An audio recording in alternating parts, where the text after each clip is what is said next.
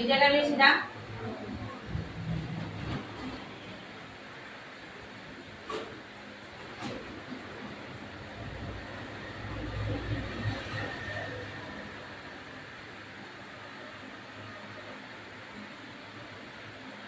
তো পেশেন্টের কোমরে ব্যথা অনেক দিন থেকেই ভুগছে, তো ওনাকে ড্রাই কাপিং করছি, এভাবে মাসাজ করছি।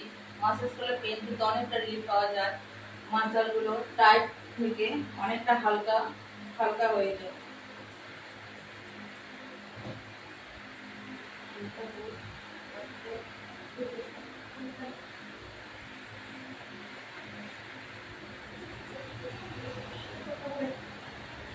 এই জায়গাতে বেশি ব্যথা না, তো ব্যথা থেকে অনেকটা রিলিফ পাবে।